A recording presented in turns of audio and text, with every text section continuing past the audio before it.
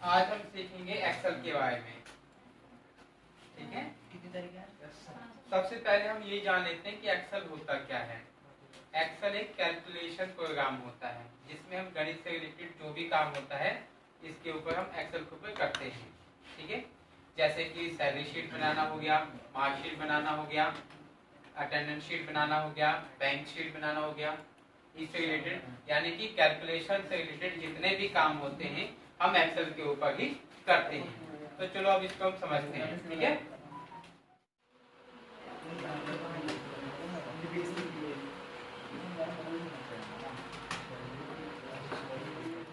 ये देखो इस तरीके से आपकी एक्सेल की शीट की पहचान होती है।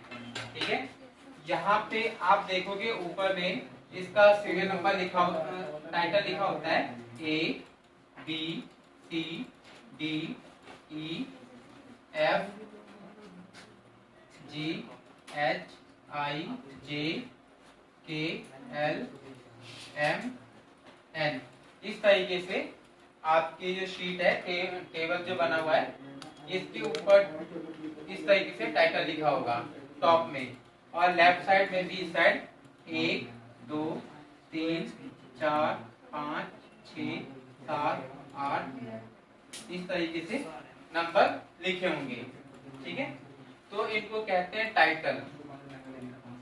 ठीक है, और इसके ऊपर एक और इस तरीके से पट्टी सी बनी हुई है, इसके दो पार्ट हैं इस तरीके से।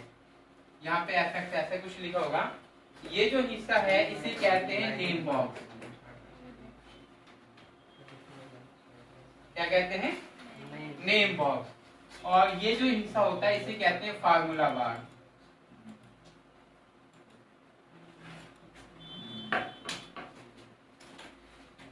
क्या कहते हैं? फार्मूला बार। जो टाइटल बार के ऊपर जो एक परत होगी इसे कहते हैं, यहाँ पे ये फार्मूला बार होता है, ये नेम बॉक्स होता है। ये आपकी वर्किंग शीट हो गई। ये ऊपर टाइटल लिखा हुआ है, ABCD अल्फाबेट लिखे हुए हैं और इधर नंबर्स लिखे हुए हैं। ठीक है, अब ये जो अल्फाबेट लिखे हुए हैं ABCD, ये जो इस तरीके से बनाते हैं, ये बनाते हैं कॉलम। जैसे कि column A, column B, column C, column D, column E, इस तरीके से जो इस तरीके से बना हुआ है ये क्या होता है?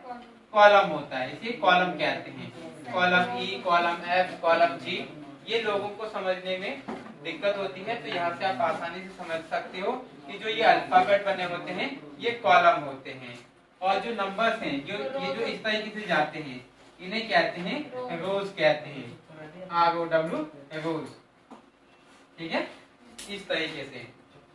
तो समझने के लिए मैं यहाँ पे लिख देता हूँ, ये होते हैं ROW, रो। और ये क्या होता है? ये आपके कॉलम हो गए, ये रो हो गया। ठीक है, रो और कॉलम के टकराने से मतलब मिलने से एक आपका ये छोटा सा बॉक्स बनता है, इसे कहते हैं सेल। समझ में आ गया? एक बार बता सकते हो एक्सेल क्या होता है? एक बार फिर से बताऊं? सुनो, एक्सेल एक कैलकुलेशन को सुनो, लिखना नहीं, मैं बाद में आपको लिखवा दूंगा, आप समझ लो। ठीक है, और जो स्पीड में लिख सकते लिख लेना, जो नहीं है तो उसको आप पहले समझ लो। ठीक है, बाद और जो मोटे मोटे पॉइंट आप साथ साथ में लिखते ना, बाद में इसको मैं डिटेल में आपको फिर से लिखवा दूंगा। तो समझो एक्सेल क्या होता है। एक्सेल एक कैलकुलेशन प्रोग्राम होता है जिसमें हम गणित से कैलकुलेशन से रिलेटेड जितने भी काम होते हैं सब हम एक्सेल के ऊपर करते हैं। जैसे कि मार्कशीट बनाना हो, सैलरी शीट बनाना हो, अटेंडेंस शीट बनाना हो, ठीक है, या बैंक शीट बनाना, मतलब किसी भी तरीके से कैलकुलेशन से रिलेटेड जो भी काम होता है सब के सब हम एक्सेल के ऊपर ही करते हैं। अब एक्सेल की पहचान क्या होती है? इसके जो ये रो और कॉलम होते हैं, ये जो बॉक्सेस डब्बे से बने होते हैं, ये एक्सेल शीट की पहचान होती है। इसे एक्सेल शीट कहते हैं। एक्सेल शीट के सबसे ऊपर जो ये परत बनी हुई है इसे कहते हैं, ये इस साइड जो होता है ये फार्मूला बार होता है और ये होता है नेम बॉक्स होता है।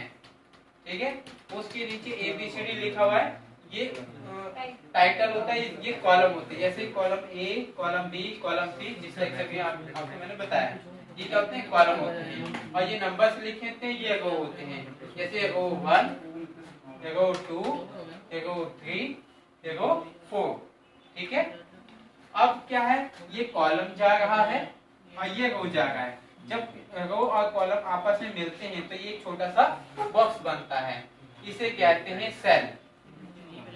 रो और कॉलम के मिलने से छोटे से बॉक्स को क्या कहते हैं, सेल कहते हैं। और जब रो और कॉलम की संख्या इस तरीके से होती है, जैसे कि ये आपके पास, ये आपके आ गए इस तरीके से,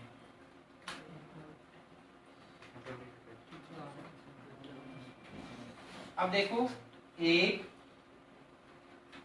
2 3 4, 1 2 3 4 5, ये 5 कॉलम हो गया। क्या हो गया, कॉलम। और 1 2 3 4 5 और ये 6, ये क्या हो गए, रो हो गए। और ये रो और कॉलम के मिलने से आपका ये जो इतना पूरा हिस्सा है, इसको कहते हैं टेबल। क्या हो गया, टेबल। यानी कि आपने क्या समझा, रो, कॉलम, सेल और टेबल। समझ में आ गया। अब यहाँ पे एक और क्वेश्चन आप लोगों का होता है कि सर जैसे कि ABCD लिखा है, ये कहाँ तक लिखा होता है। अगर आप गौर करके आगे से आगे जाते जाएंगे, A से Z A Z B Z C, इस तरीके से कंटिन्यू चालू होता है, A B A C, इस तरीके से चालू हो जाता है। तो इसका कहीं ना कहीं तो क्लोज होगा। तो इसकी लास्ट कॉलम का नाम क्या है, लास्ट कॉलम का नाम है XFD। XFD लास्ट कॉलम का नाम है। इसी तरीके से जो ये काउंटिंग है, काउंटिंग का लास्ट डिजिट क्या है, 10,48,576, 10,48,576। ओके, ये आपकी क्या हो गई, रो। टोटल कितने रो होते हैं, कॉलम कितने होते हैं। ठीक है। और इस तरीके से अगर आपने कॉलम की संख्या जाननी है, ये कितने कॉलम होते हैं, जैसे कि 1 2 3 4 5 6 7 8 9 10 11 12 13 14, एन तक 14 हो गया। तो ये XFD तक कितना होगा, ये XFD तक आपका होगा 16,384 टोटल। टोटल रो की कॉलम की संख्या कितनी होगी, 16,384। और एक्सेल में रो कितने होते हैं, 10,48,576, 10,48,576 ये आपके रो होते हैं, 16,384 आपके कॉलम होते हैं। ठीक है। अगर ये जो टाइटल है ABCD और ये 1 2 3, इसके पीछे ये छोटा सा बॉक्स बना हुआ है। ठीक है। ये जो इस तरीके से होता है, अगर आप इसके ऊपर डबल क्लिक करके दबा के रखेंगे, प्रेस करके रखेंगे, तो ये पूरा का पूरा आपका जो शीट है वो सिलेक्ट हो जाएगा। और यहाँ पे नेम बॉक्स में आपको दिखा देगा कितने रो और कॉलम होते हैं, वहां से आपको इसकी एग्जैक्ट नंबरिंग पता चल जाएगा। ठीक है। नेम बॉक्स का एक और भी काम होता है, जैसे कि अगर आपका जो कर्सर है वो आपका इस जगह पे हो। ठीक है।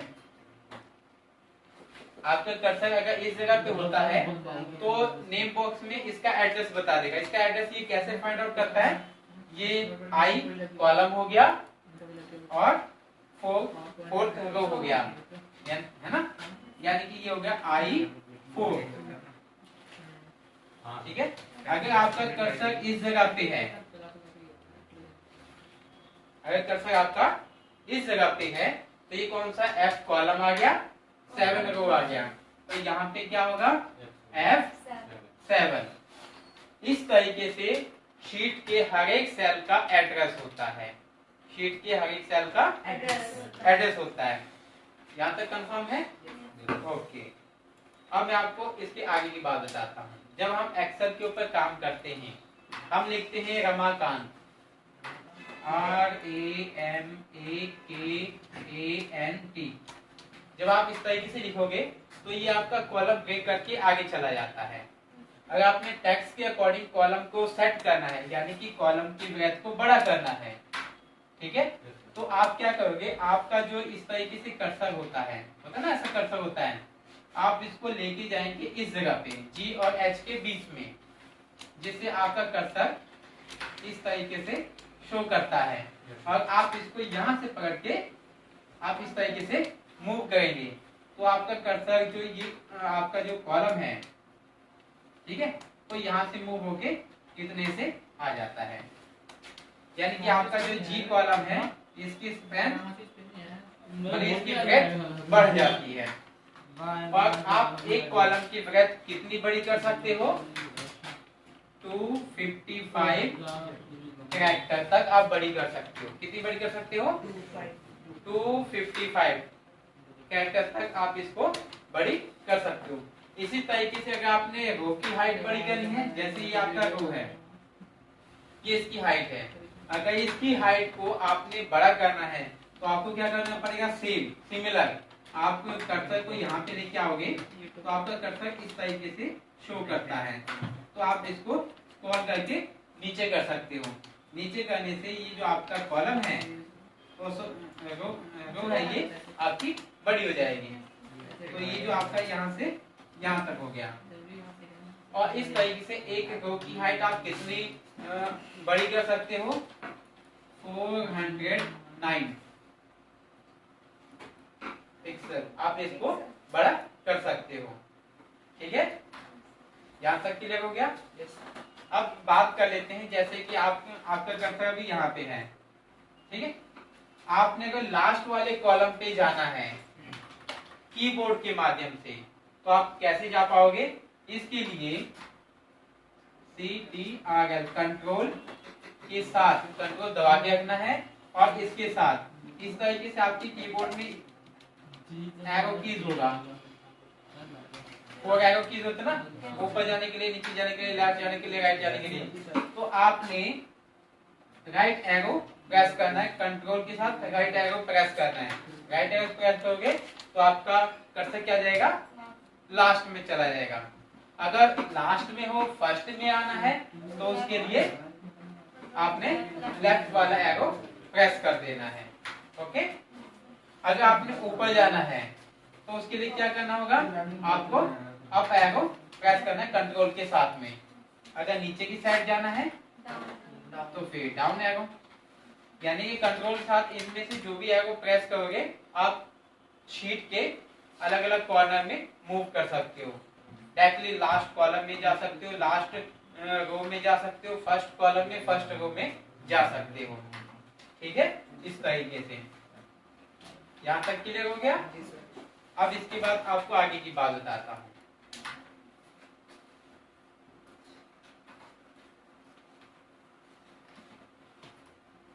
एक्सेल एक कैलकुलेशन प्रोग्राम है, हम कोई भी काम करते हैं इसमें कैलकुलेशन वगैरह करते हैं, तो हमारा जो भी कैलकुलेशन है वो काम नहीं करेगा। कब काम नहीं करेगा, जब तक हम उसके आगे इक्वल टू ना लगाएं। बिना इक्वल टू लगाए एक्सेल में कोई भी फार्मूला वर्क नहीं करता है। जैसे अगर आप चाहते हो 45 प्लस 45 तो उसके बाद आप इसको मूव करते हो, ये वर्क नहीं करेगा। लेकिन अगर आप इसके आगे इक्वल टू लगाओगे, पहले इक्वल टू लगाएंगे 45 प्लस 45 करोगे तो ये आपका 90 शो कर देगा।